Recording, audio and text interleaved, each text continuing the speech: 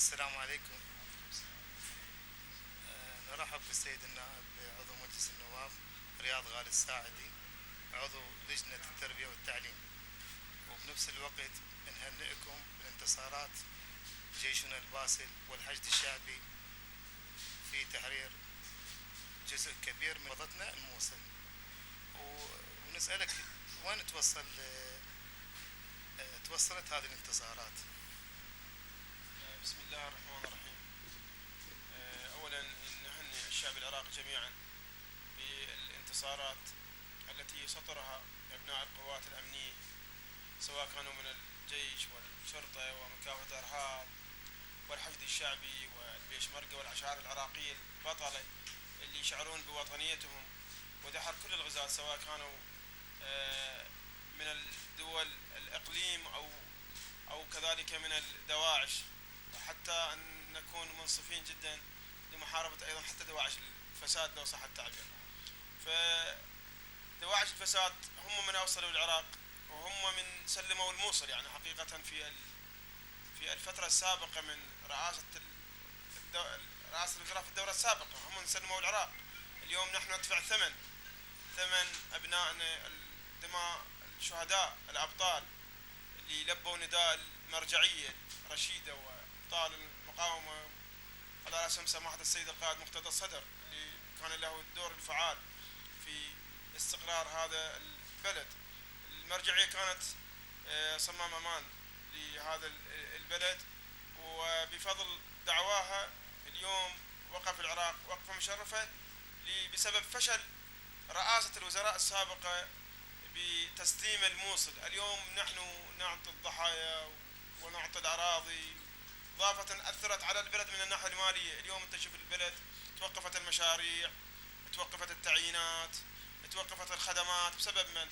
بسبب رئاسة الوزراء السابقة الفاشلة. لكن اليوم نحيي نحن من جديد الدكتور حيدر العبادي، وكذلك نحيي قواتنا الأمنية البطلة اللي اليوم أعتقد العالم يشهد لها بالبنان، تحارب نيابة عن العالم، تحارب ضد داعش الإرهابي التكفيري. وبالتالي اليوم العراقيين الأبطال ضربوا أروع أمثلة بالبطولات ومحاربة الإرهاب، ليس فقط في العراق وإنما على مستوى العالم، لأن العراقيين أبطال، ومهما يتعرضون إلى تفجيرات، إلى قتل، إلى تشريد كجدهم الإمام الحسين عليه السلام عندما استشهد ونحن في شهر محرم، أيضا قد سلبوا حقوقهم أهل البيت، وسلبوا حتى أرادوا سلبوا حتى في ثيابهم حقيقة عن جسدهم المقدس. فبالتالي العراقيين أصبحوا كالإمام الحسين تنهش بهم المفخخات والإرهابيين بسبب دواعش الفساد، بسبب أعداء الداخل وأعداء الخارج. فبالتالي اليوم ما أحوجنا بهذه الانتصارات أن تستمر ونتوحد كلنا كرد وسنة وشيعة لبناء الوطن. لولا توحدنا لا ممكن أن ننهي البلد. تفرقتنا هناك الأعداء ينهشون بنا مثل تركيا والسعودية وغيرها من الدول، أمريكا وإسرائيل وكل المشاريع. فبالتالي توحدنا يرهب الأعداء. توحد العراقيين في هذه اللحظات هو من حقق النصر، وليس البندقية. نفكر ما بعد داعش. بعد داعش علينا ليس هو انتصار السلاح، وإنما القضاء على هذا الفكر من خلال تعاوننا، من خلال الحوار، من خلال وجود بيئة للتعايش، من أجل أن نقضي على هذا الفكر المتطرف اللي لا يمثل الإسلام بصلة. فبالتالي هذه الانتصارات ستتعزز إن شاء الله بعلاقات وباجتماعات وبتوحد، واللي هو ينصرنا على كل الأعداء وليس فقط داعش. هل يوجد لهذا العام درجات وظيفية لوزارة التربية؟ نعم، حقيقة من خلال متابعتنا لوزارة التربية نحن نسقنا مع وزارة التربية أن كل الدرجات الوظيفية تتحول للمديريات العامة، سواء كانت في المديريات الستة في بغداد أو المحافظات، بعد توفير الغطاء المالي. مثلا يعني الآن عندنا تربية الرصافة الثانية وفرت أكثر من 1200 درجة وظيفية، ووفروا الغطاء المالي من الدرجات المتقاعدين المنقولين المتوفين، يسمونها درجة الحذف والاستحداث، تم رفعها إلى الدائرة المالية في وزارة التربية. أيدت ذلك سيتم إعلان عنها قريبا، كما تم الإعلان عن الكرخة الأولى والكرخة الثانية والثالثة. عن قريب أيضا سيتم عن إعلان درجات الرصافة الأولى والرصافة الثانية والرصافة الثالثة، وأيضا الإعلان متوالي في المحافظات في المثنى وفي الناصرية وفي البصرة. هذه الدرجات نتيجة للشواغر الحادة والكبيرة في هذه المديريات، ونهيب احنا بالمديريات العامة أن توفر الدرجات والغطاء المالي، ونحن جاهزين كأعضاء لجنة التربية جاهزين لدعمهم بمتابعتها ورجوعها ليتم إعلانها للخريجين حتى احتواء عدد كبير منهم. والدرجات طبعا مستمرة لعله في هذا الشهر 12 وكل 3 أشهر أو 6 أشهر ستكون هناك درجات، شريطة أن تقوم المديريات بتوفير هذه الدرجات من المتقاعدين سواء كانوا بالشهر الواحد من كل سنة أو الشهر السابع. ما هي حصة التربية الرصافة الثالثة؟ لأن يوجد في جميع المدارس شواغر كثيرة. حقيقة التقيت أيضا بالسيد مدير تربية الرصافة الثالثة الأستاذ حسين العبودي، وتم عقد اجتماع ومع الملاك والموارد البشرية، وتم الآن تهيئة عدد كبير من الدرجات، وإن شاء الله عن قريب يتم إعلانهن. والرجل أعطاني كلمة أنه سيكون يوفر أكبر عدد ممكن من الدرجات، سواء هذه الدرجات اللي راح تعلن قريب أو درجات مال شهر 12 أو شهر الواحد تكون درجات كبيرة لغرض استيعاب العدد الكبير من الخريجين في مدينة الصدر. وأبشرهم يعني أنه التعيينات ستستمر كل 3 أشهر أو كل 6 أشهر إن شاء الله. ما هي آلية التقديم للتعيين؟ حقيقة آلية التقديم للتعيين معايير منها أولا المناطقية، هاي الدرجات تتوزع على أساس المناطق، النقطة الأولى. والثانية الاحتياج والتنافس يكون على احتياج الاختصاص قصدي، وأيضا قضية التنافس بينهم في داخل المنطقة على أساس المعدل، يعني المعدل الأعلى هو من قبل.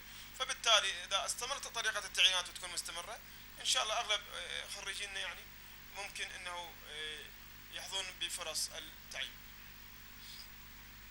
هل هناك اختصاص مطلوب للتعيين دون غيره؟ طبعا بتعيينات وزارة التربية الأولوية للاختصاصات التربوية، يعني كلية التربية، كلية التربية الأساسية، معهد معلمين، معهد فنون الجميلة، بالتالي أيضا كليات الساندة، كلية الآداب، العلوم، اللغات، وبعدها أيضا في بعض الحالات إدارة اقتصاد، قسم الاقتصاد، إضافة إلى بعض المناطق لعله ماكو اختصاصات تربوية، هناك استثناء لهم يعني من المديرية، ويتم أيضا تعيينهم إذا كانوا أيضا من المحاضرين. دائما نأكد أنه تكون دائما التعيينات حقيقة الأولية للمحاضرين باعتبارهم يعملون مجانا، فبالتالي احنا داعمين لهم. ولدينا كتاب لوزارة التربية من لجنة التربية التأكيد على تثبيت المحاضرين. اكو طامة كبرى موجودة حاليا في الشارع، نقص في المناهج الدراسية.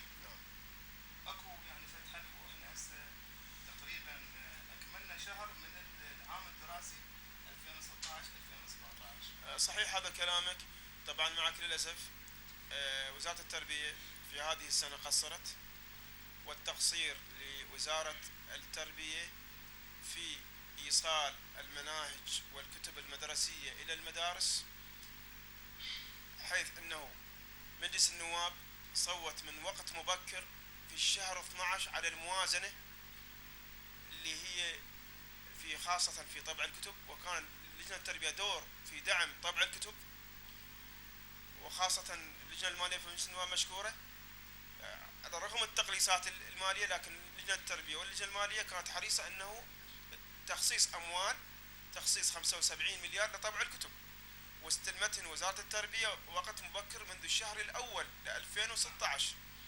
مع ذلك مجلس الوزراء أيضا دعمها بالدفع البلاجي بالشهر الثالث، فأخذوا وقت مبكر من الأموال لأجل طبع الكتب، لكن التقصير في وزارة التربية وفي اللجنة المركزية لطباعة الكتب، يعني من الشهر الأول، الثاني، الثالث، الرابع، الخامس، السادس، السابع، الثامن، التاسع أو العاشر، نقول 10 أشهر، وطبع الكتب هي لا تتجاوز شهرين. إذن الخلل واضح. كلجنة التربية الآن نحن متابعين وهناك تحقيق في هذا الموضوع، وهناك لعله استجواب من قبل شخصيا لمحاسبة المقصرين وتحويلهم للنزاهة لأنهم سرقوا أموال الشعب العراقي. الشكر الجزيل لحضرتك ومبارك الله. شكرا لكم، وأنا أولا أشكركم على دوركم الإعلامي ومن أجل أيضا إبيان الحقيقة والرأي للمواطنين، وإن شاء الله احنا نكون قريبين أولا في هذه الدورة الثانية في مناطقنا مع أهلنا وناسنا ولخدمة بلدنا، وأي شيء نقدر عليه حاضرين، سواء قضايا عامة قضايا خاصة لخدمة المجتمع، وهذا ما نظرنا أنفسنا إليه، وهذا ما عاهدنا عليه آل الصدر إن شاء الله بخدمة المجتمع. حياك. شكرا لك. شكرا لك.